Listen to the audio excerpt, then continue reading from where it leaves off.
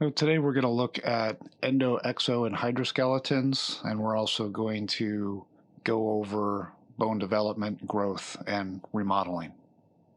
And the idea here is that in order to produce movement in an organism, muscles need to have something to pull against, and we call that supportive structure a skeletal system. And the supportive structure that we see in soft-bodied invertebrates, such as earthworms and slugs, jellyfish and squid, are hydrostatic skeletons. And in these organisms, including the earthworm that we're going to look at as kind of a model for a hydrostatic skeleton, we see a fluid-filled cavity and two sets of muscles, circular muscles that are repeated in segments and run the length of the body, and longitudinal muscles that work in the opposing direction of the circular muscles. So in the earthworm, we have these circular muscles that, when they contract, they compress fluid in the fluid compartment of the earthworm. And what this results in is an extension of the anterior portion of the worm. And then the worm has these chaeta, or bristle-like structures, that can grip the surface. And then when the longitudinal muscles contract, the organism shortens, which in effect causes the rear of the earthworm to be dragged forward. Now here, let's go ahead and watch that in action. So we see an extension of the anterior portion. Here we see the gripping taking place. Contraction of the longitudinal muscles shortens the organism. Another extension caused by the circular muscles, gripping, and contraction of the longitudinal muscles dragging the organism forward. And we can just see that repeat over and over, and that's how earthworms move. Now, arthropods such as crustaceans and insects have an exoskeleton that's made out of chitin, which is a polysaccharide. And an exoskeleton is kind of a rigid case that surrounds the body. Now, in order for the organism to grow, this exoskeleton needs to be periodically shed, in which case a new, slightly larger version is then grown. Now, unlike organisms with endoskeletons, the muscles of an organism that has an exoskeleton cannot enlarge in size and therefore can't enlarge in power due to the volume limitations of the exoskeleton.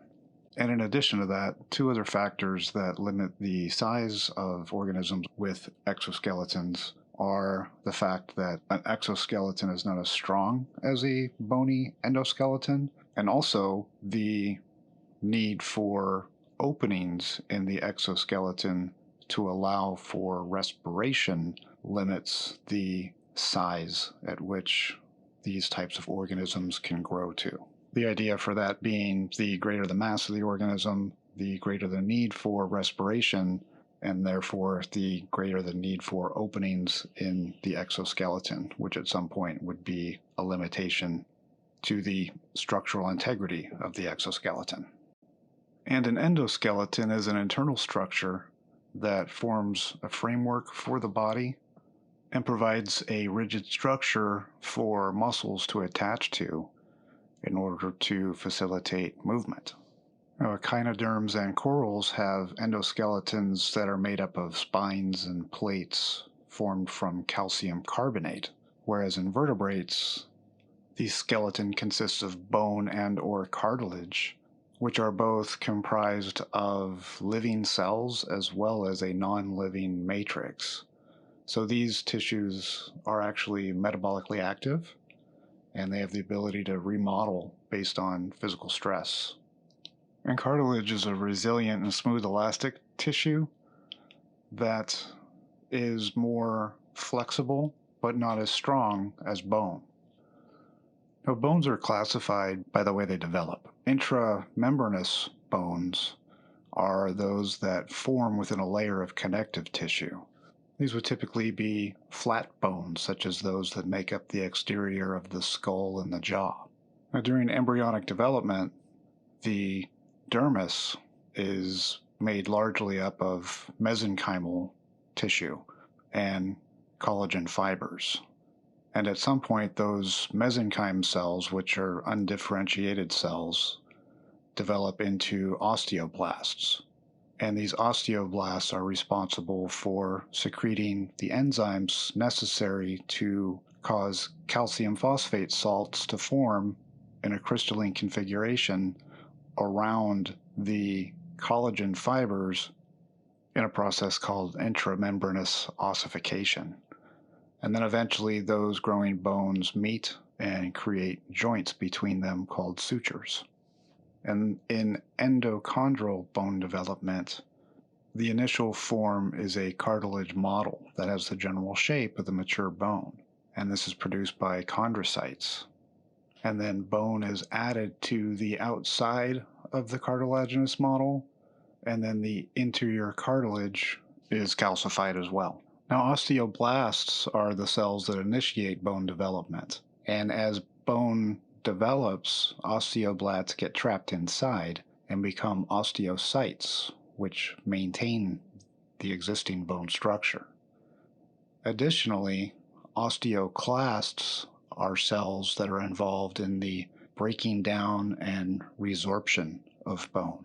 Resorption being the process of once osteoclasts break bone down, the minerals that are freed in that process are sometimes removed from the bone tissue.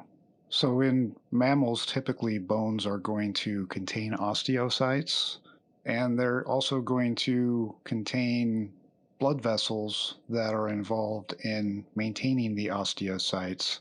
And these blood vessels are contained in Haversian canals or the Haversian system, which these are tubes that are formed during bone development. And in birds and fish, bones do not contain a vascular system, and therefore they also don't contain osteocytes. Now, during development, of course, bones can increase in length, and this increase in length takes place at the growth plate or the epiphyseal plate. Now, you see the central portion of the bone is labeled as the shaft. It would also be called the diapiphysis. And what happens is, at the growth plate, new cartilage is formed, which pushes the epiphysis away from the diapiphysis. This cartilage is then calcified, forming bone.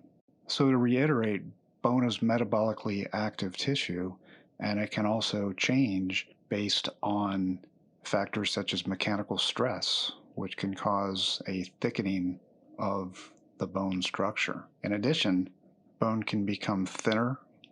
The minerals from bone can be resorbed and used in other areas of the body, sometimes based on nutrient status.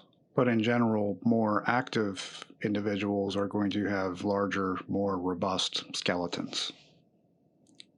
So in conclusion, we looked at endo, exo, and hydroskeletons, including the locomotion of earthworms, and we also talked a bit about bone development, growth, and remodeling.